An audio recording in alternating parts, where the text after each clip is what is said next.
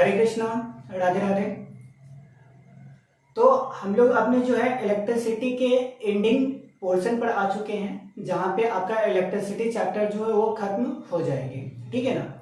आज इस वीडियोस में दो टॉपिक को हम लोग कवर करने वाले हैं, साथ ही आपके एनसीईआरटी क्वेश्चंस और एग्जाम में किस तरीके से क्वेश्चन पूछे जाती है, ठीक है ना, उस पर भी हम लोग आज क्या करेंगे, डिस्कस करेंगे। तो ये लास्ट टॉपिक है इलेक्ट्रिसिटी का। इससे पहले का अगर आप वीडियोस नहीं देखे हैं तो आप जाके हमारे बुक प्लस एकेडमी पर या बुक प्लस यूट्यूब चैनल या बुक प्लस एकेडमी ऐप पर जाके आप क्या कर सकते हो, उस चीज को आप देख सकते हैं। ठीक है ना। तो चलिए स्टार्ट करते हैं। हम लोग यहाँ पे जो फर्स्ट सबसे पहला जो हम लोग को यूनिट पढ़ना है ना बच्चा, वो सबसे पहला यूनिट हम लोग को क्या पढ़ना है, रजिस्टर इन पैरेलल। ठीक है, यानी टॉपिक क्या है, रजिस्टर इन पैरेलल।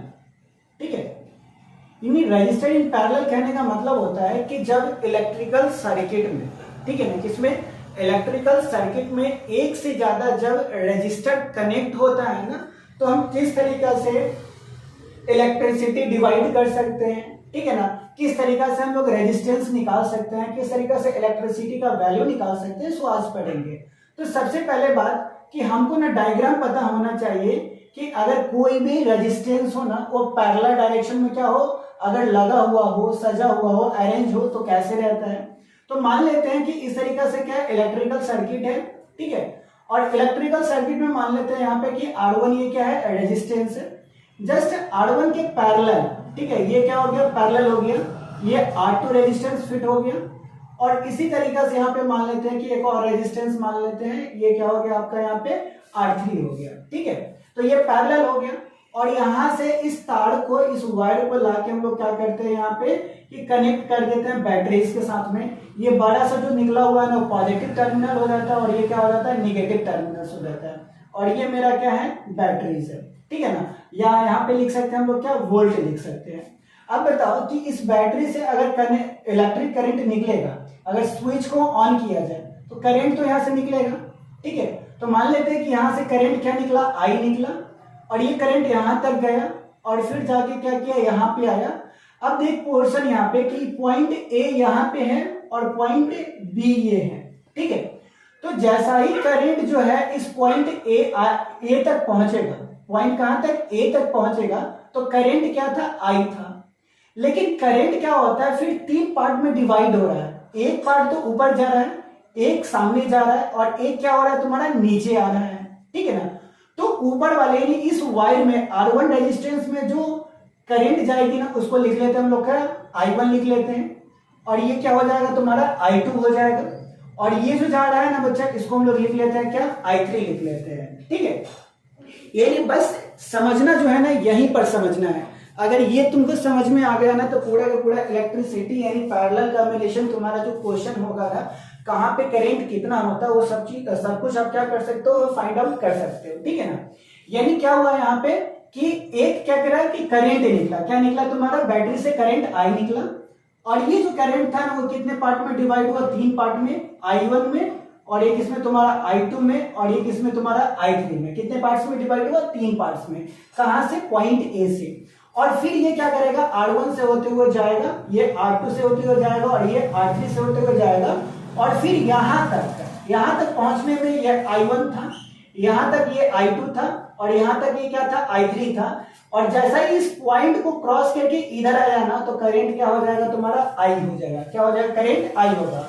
जिस तरीके से करंट यहां से तीन पार्ट में डिवाइड हुआ था पॉइंट ए से, उसी तरीके से पॉइंट बी पर आकर ये करंट जो तीनों है ना, वो किस में कन्वर्ट हो जाएगा, आई में कन्वर्ट हो जाएगी। कहां पे, पॉइंट बी पर आके, और फिर यहां से क्या करेगी, ये बैटरीज में आ जाएगी। ठीक है, और याद क्या रखना है तुम्हारा, पैरेलल कॉम्बिनेशंस में, तो पैरेलल कॉम्बिनेशन में क्या करना है तुम्हारा कि पैरेलल में वोल्ट यानी पोटेंशियल डिफरेंस जो होता है ना, पैरेलल कॉम्बिनेशन में पोटेंशियल डिफरेंस, क्या तुम्हारा, पोटेंशियल डिफरेंस पैरेलल कॉम्बिनेशन में क्या होता है, सेम होता है। पोटेंशियल डिफरेंस पैरेलल कॉम्बिनेशन में क्या होगा बच्चा, तो सेम होगा। लेकिन सीरीज कॉम्बिनेशन में ये क्या कर जाता है, डिफर हो जाता है। बात है समझ में। यानी पैरेलल कॉम्बिनेशन जब भी हो सीरीज रेजिस्टेंस का या रजिस्टर का, तो वो क्या होगा, पोटेंशियल डिफरेंस R1 में भी, यानी यहां से लेके यहां तक इस पॉइंट में, यहां से लेके इस पॉइंट तक और इसमें, तीनों में क्या होगा, सेम होगा। क्या होगा तुम्हारा, सेम होगा। यानी बात करते हैं कि R1, R2 और ये तुम्हारा क्या, R3, ये तीनों में जो वोल्टेज होगा ना, जो पोटेंशियल डिफरेंस होगा ना, वो क्या हो जाएगा, यहाँ पे सेम हो जाएगा। क्या हो जाएगा, सेम हो जाएगा। लेकिन बात करते हैं करंट की, बात करते हैं ना, तो करंट क्या होगा, डिफरेंट होगा। क्या होगा, करंट डिफरेंट होगा। जैसे R1 में करंट क्या है, I1 है, R2 में करंट क्या है, I2 है, R3 में करंट क्या है, I3 है। तो करंट डिफरेंट, डिफरेंस तो करंट है ना, तो करंट डिफरेंट होगा लेकिन वोल्टेज क्या हो जाएगा, सेम हो जाएगा। करंट डिफरेंस होगा लेकिन वोल्टेज क्या होगा, सेम होगा। याद रखना कि पोटेंशियल डिफरेंस जो होता है पैरेलल कॉम्बिनेशन में, वो क्या हो जाएगा, सेम हो जाएगा, लेकिन करंट क्या हो जाएगा, डिफरेंट हो जाएगा। तो चलिए आते हैं हम लोग यहां से, इसको थोड़ी सी मिटा लेते हैं, ठीक है।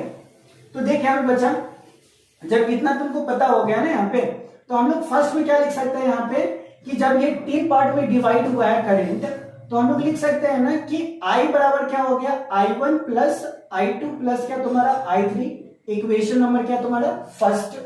तो हम लोग क्या करते हैं ना यहाँ पे, कि I1 जो होता है हम लोग पढ़ते हैं क्या, ओम्स लॉ से। किससे, ओम्स लॉ से क्या पढ़ते हैं, कि जो आयन होता है ना, करंट जो होता है वो डायरेक्टली प्रोपोर्शनल किसका होता है, तुम्हारा रेजिस्टेंस का।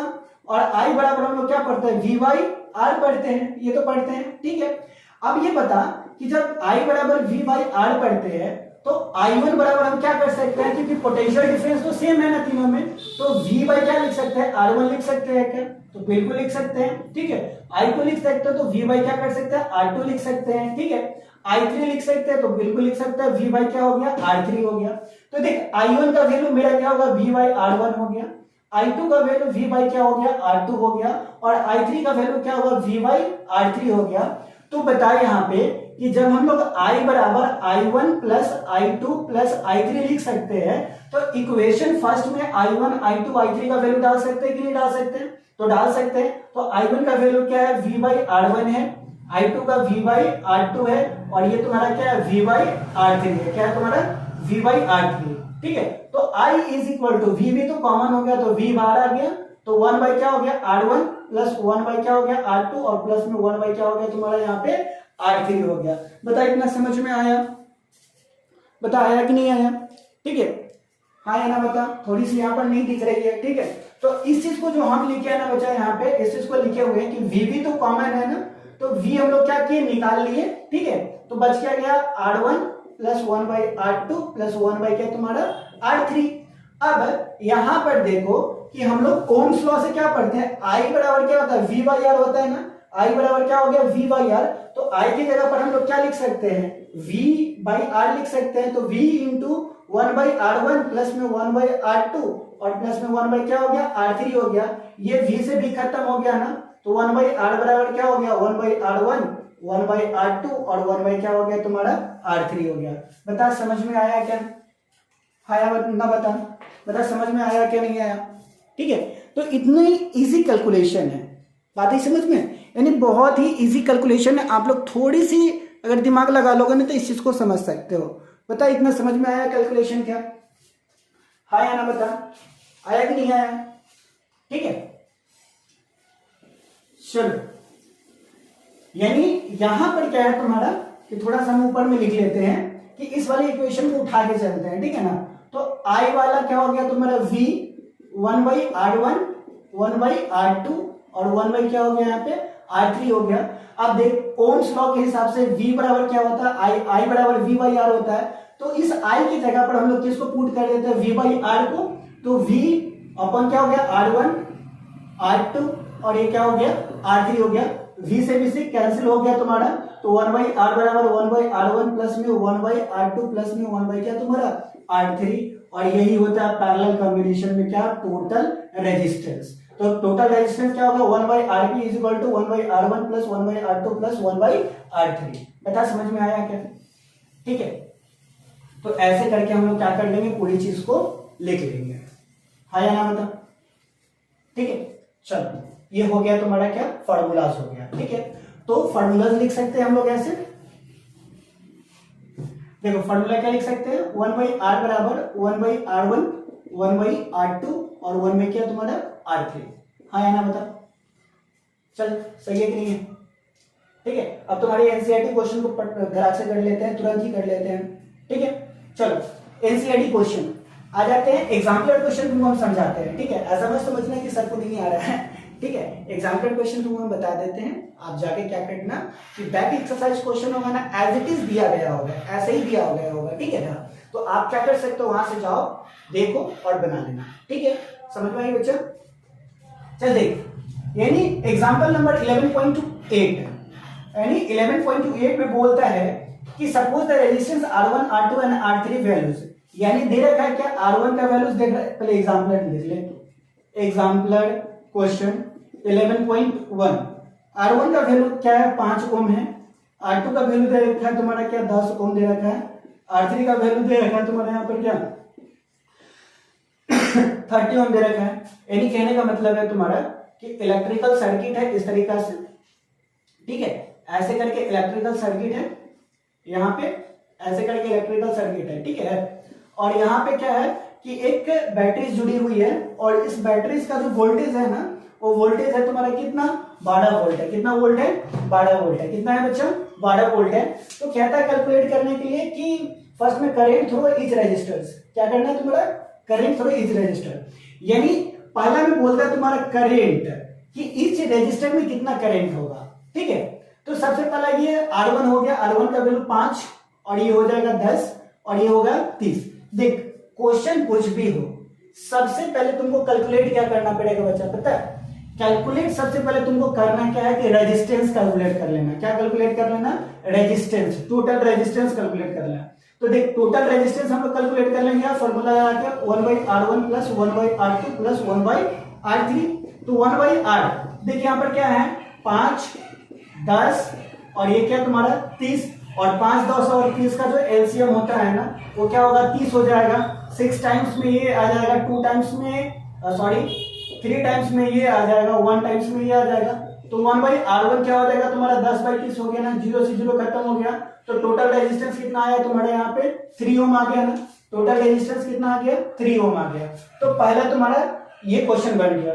उसके बाद क्या था तुम्हारे यहाँ पे, ये क्या करना, केवल फार्मूला अप्लाई करना, बना लेना। ठीक है ना। उसके बाद नेक्स्ट में चलते बाबू यहाँ पे, तो क्या था तुम्हारा करेंट थ्रू ईच रेजिस्टर, यानी फर्स्ट में बोल रहा था कि करेंट थ्रू ईच रेजिस्टर। अब करेंट थ्रू ईच रेजिस्टर बोलता है तो हम लोग क्या पढ़े, I1 बराबर क्या V/R1, I2 बराबर क्या V/R2, और I3 बराबर क्या पढ़े, V/R3 पढ़े हैं। तो V का वैल्यू यहाँ पर कितना दे रखा है, 12 दे रखा है। R1 का वैल्यू कितना है तुम्हारा, 5 है। तो ये 12 क्या हो गया तुम्हारा 5। ठीक है, I1 का वैल्यू, I2 का वैल्यू अगर देखते हैं हम लोग यहाँ पर क्या, तो 12 क्या तुम्हारा 10, तो ये क्या हो गया 12/10 हो गया। और B तुम्हारा यहाँ पे है, तो B कितना है, B तो छेद नहीं करेगा, 12 तो 12 रहेगा, और ये क्या हो गया 30 हो गया। तो कितना आ जाएगा 12/30। तो देख इस रजिस्टर में क्या है तुम्हारा करंट, I1 का वैल्यू क्या 12/5, I2 का वैल्यू 12/10, I3 का वैल्यू क्या होगा 12/30। बता समझ में आया क्या? ठीक है, आया ना समझ में? तो ऐसे करके हम लोग क्या करेंगे, फटाफट फटाफट क्वेश्चन को सॉल्व कर लेंगे। ठीक है बाबू।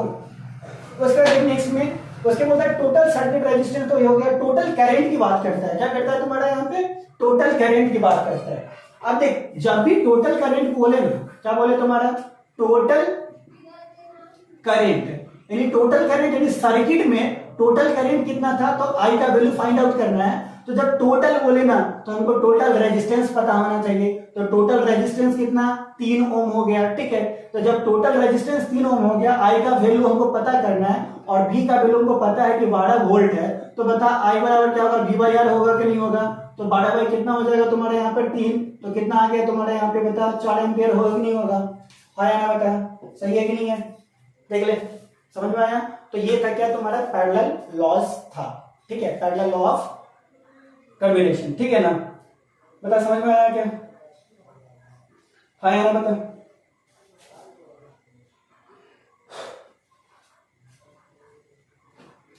चलो चले आगे, चलो जी।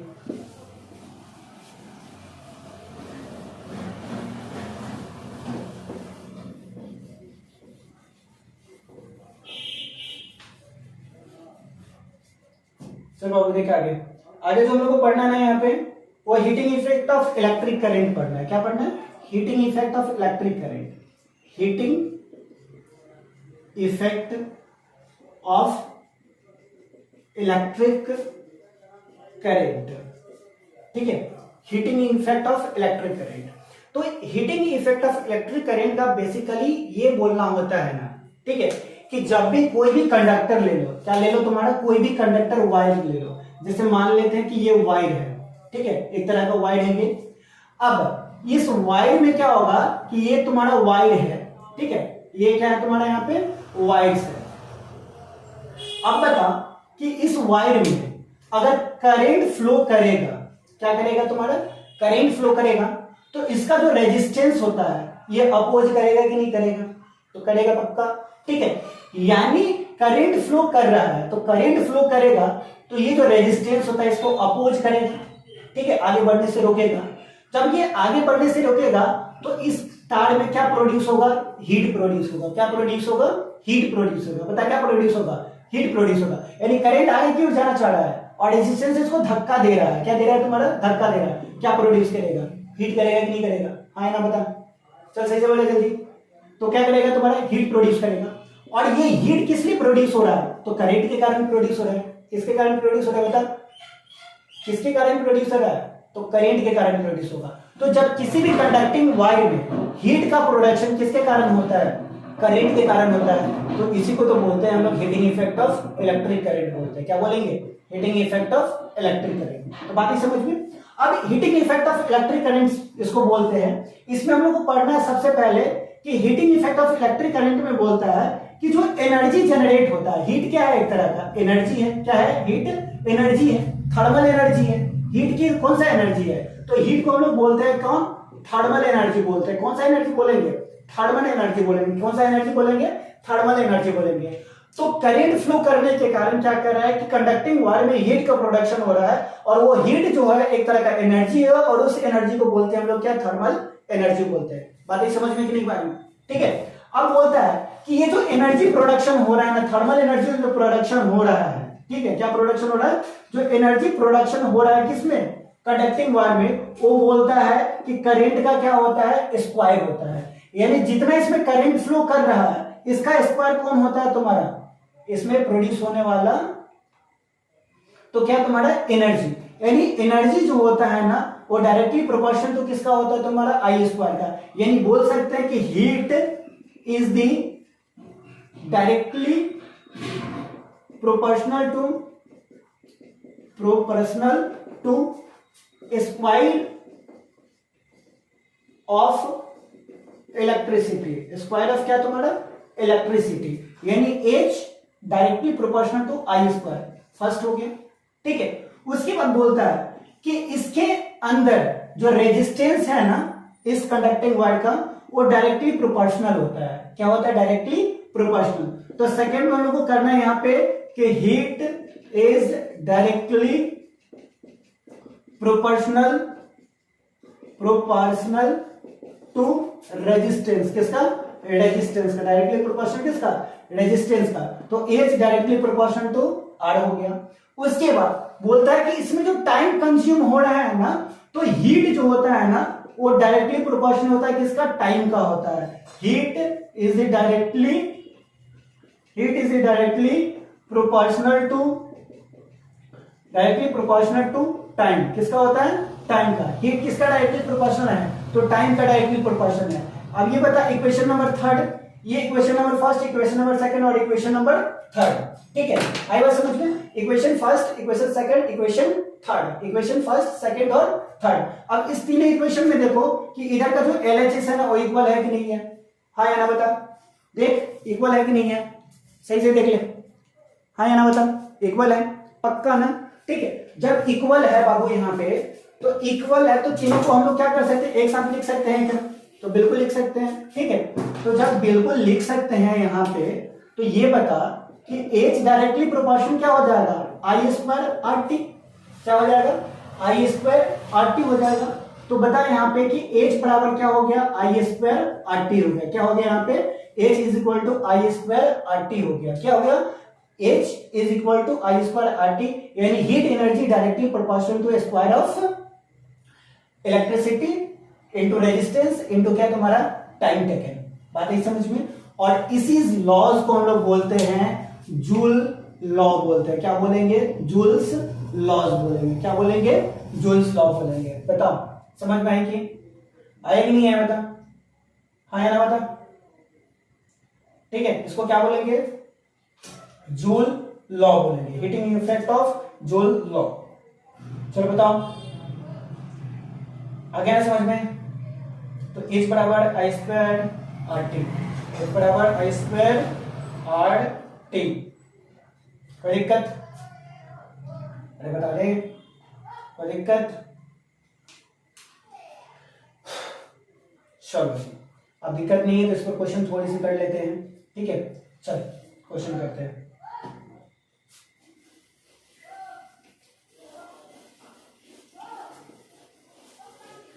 चलो अब ये तो हो गया तुम्हारा क्या, यहाँ पे ये एनर्जी हो गया। क्या हो गया तुम्हारा? एनर्जी हो गया। अब इसके बाद में छोटा सा टॉपिक पढ़ना है जिसको हम लोग बोलते हैं क्या? पावर बोलते हैं। क्या बोलेंगे? पावर। जब भी पावर आया ना तो एनर्जी पर यूनिट टाइम, क्या तुम्हारा energy per unit time, power. Physics में पढ़ते होंगे 9th में, जब भी पावर की बात आता है ना तो work done per unit time बोलते हैं। क्या बोलते हैं? Work done per unit time. और यहाँ पे पावर क्या लिखेंगे? एनर्जी पर यूनिट टाइम, यानी जितना पर यूनिट है, यानी पर मिनट में कितना एनर्जी का प्रोडक्शन हुआ है उसको हम लोग क्या बोलेंगे? यहाँ पे पावर बोलेंगे। क्या बोलेंगे? पावर। तो पावर इज इक्वल टू क्या? Energy by time. अब बता एनर्जी मेरे पास कितना है? तो आई स्क्वायर आर टी है। एनर्जी कितना?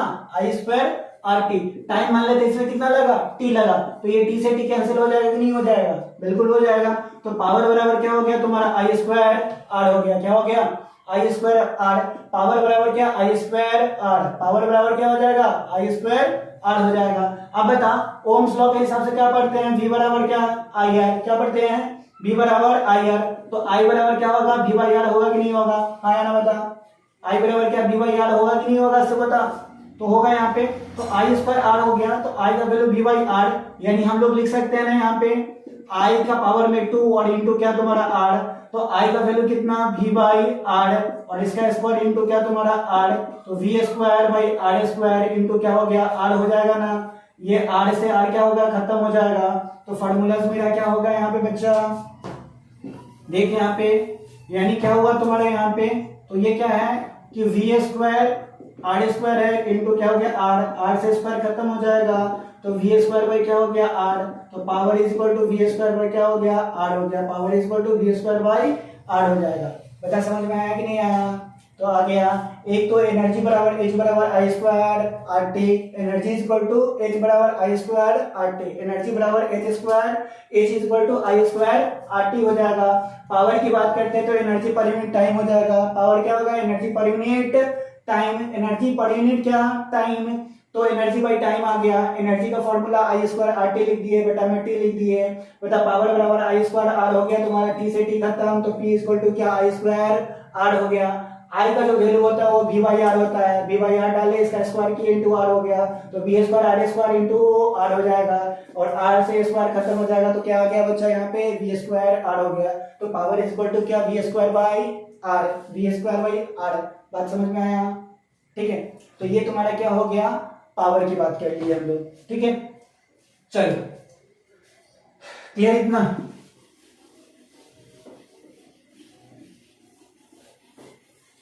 चलो आगे क्वेश्चन करते हैं। ठीक है, कहता है कि an electrical iron consume at the rate 840 वाट। ये कहता है कि कोई इलेक्ट्रिक आयरन है। क्या है? इलेक्ट्रिक आयरन है। क्या है तुम्हारा? Electric iron.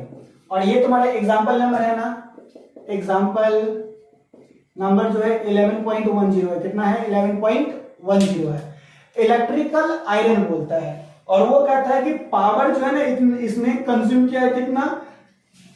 840 वाट। कितना? 840 watt when heating is at the maximum rate, and 360 watt when the heating is minimum.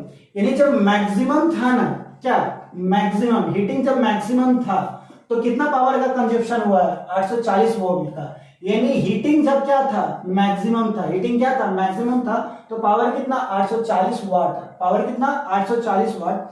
और जब हीटिंग जो होगा ना, हीटिंग वो मिनिमम अगर होगा ना, मिनिमम है, तो बोल रहा है पावर जो है ना इसने कंज्यूम किया है तुम्हारा कितना, पावर इसने कंज्यूम किया है क्या, 360 वाट कंज्यूम किया। कितना वाट कंज्यूम किया, 360 वाट। जब हीटिंग मिनिमम था तो कितना, 360 वाट, तो हीटिंग मैक्सिमम है तो कितना, 840 वाट किया है, ठीक है। और इसमें दे रखा है तुम्हारा वोल्टेज सप्लाई है ना इसका, वो 220 वोल्ट है। क्या है, वोल्टेज क्या है इसका, 220 वोल्ट है। तो what are the current and resistance in each case, यानी पूछता है कि दोनों में बताओ, तुम्हारा दोनों केस में कि करंट क्या होगा, यानी I1 I2 का क्या होगा, और यहाँ पे R1 और साथ में R2 का वैल्यू क्या होगा। तो देख पावर बराबर हम लोग क्या पढ़े, वी स्क्वायर बाई आर पढ़े है ना, हाँ ना, बता। पावर मेरा फर्स्ट में कितना है, तो 840 है। तो देख बच्चा यहाँ पे हम लोग लिख सकते हैं P1 by P2 is equal to V square by R1 और इंटू R2 बाई क्या तुम्हारा यहाँ पे वी स्क्वायर लिख सकते हैं। अब यहाँ पर देख P1 का वैल्यू कितना है, 840 है ना, P1 का वैल्यू कितना 840, P2 का वैल्यू कितना हो गया तुम्हारा 360 हो गया, इज इक्वल टू देख वी स्क्वायर वी तो दोनों में क्या है, सेम है ना, 220 वोल्ट दोनों में सेम है, तो वी स्क्वायर से वी स्क्वायर का खत्म हो गया ना, तो R2 बाई क्या हो गया, R1 आ गया, ये 0 से 0 क्या हो जाएगा, कैंसिल आउट हो जाएगा। तो इसका मतलब क्या हो गया, यहाँ पे R2 बाई R1 84 बाई क्या तुम्हारा 36, यानी R2 का वैल्यू हो जाएगा कितना 84 और R1 का वैल्यू कितना हो जाएगा 36, यानी R2 का वैल्यू कितना 84, R2 का वैल्यू कितना हो जाएगा 84 हो जाएगा, ठीक है, और R1 का वैल्यू कितना हो जाएगा 36 हो जाएगा। बात ही समझ में आया ना, बता, ठीक है, जल्दी बता तुम्हारे यहाँ पे।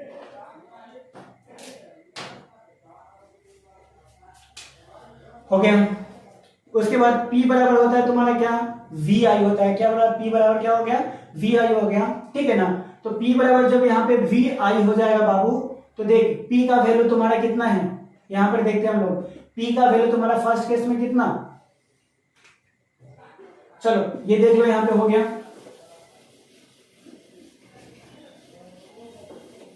तो देख यहाँ पे यानी P का वैल्यू कितना 840 वाट है, तो P बराबर होता है क्या, वी आई होता है, क्या होता है P बराबर वी आई होता है। P 840 हो गया और ये 220 हो गया, आई हम लोग I1 निकाल लेंगे, तो ये 0 से 0 खत्म, तो I1 बराबर 84 बाई कितना हो जाएगा 22 हो जाएगा, तो 84 बाई 22 हो गया तुम्हारा, इसको डेसिमल में कर लोगे तो तुम्हारा क्या होगा, आंसर आ जाएगा, तो इतना एम्पीयर हो गया। I2 की वैल्यू निकालते हैं तो इसी तरीके से क्या होगा, P बाई क्या होगा तुम्हारा यहाँ पे V हो जाएगा, P2 बाई क्या हो जाएगा V हो जाएगा, I2 बराबर क्या P2 बाई B हो जाएगा। P2 का मान 360 था और B का मान 220 है, तो ये से खत्म, तुम्हारा कितना 36 बाई 22 हो गया। I2 का वैल्यू कितना 36 बाई 22 हो गया, I2 का वैल्यू कितना 36 बाई 22 हो गया, और I1 का वैल्यू कितना 84 बाई 22 हो गया। बात है समझ में आया ना, बता। तो उधर रेजिस्टेंस निकल गया और इधर क्या हो गया तुम्हारा इलेक्ट्रिसिटी निकल गया। बता कोई दिक्कत नहीं ना, देख ले एक बार, ठीक है। अब कोई भी कंफ्यूजन हो तो क्या करो, आपसे कोई भी कंफ्यूजन पूछ सकते हो, जाके चैट सेक्शन में लिख लो, ठीक है। और कोई भी दिक्कत हो तो हमसे जरूर कंसल्ट कर लेना। तब तक के लिए राधे राधे, हरे कृष्णा।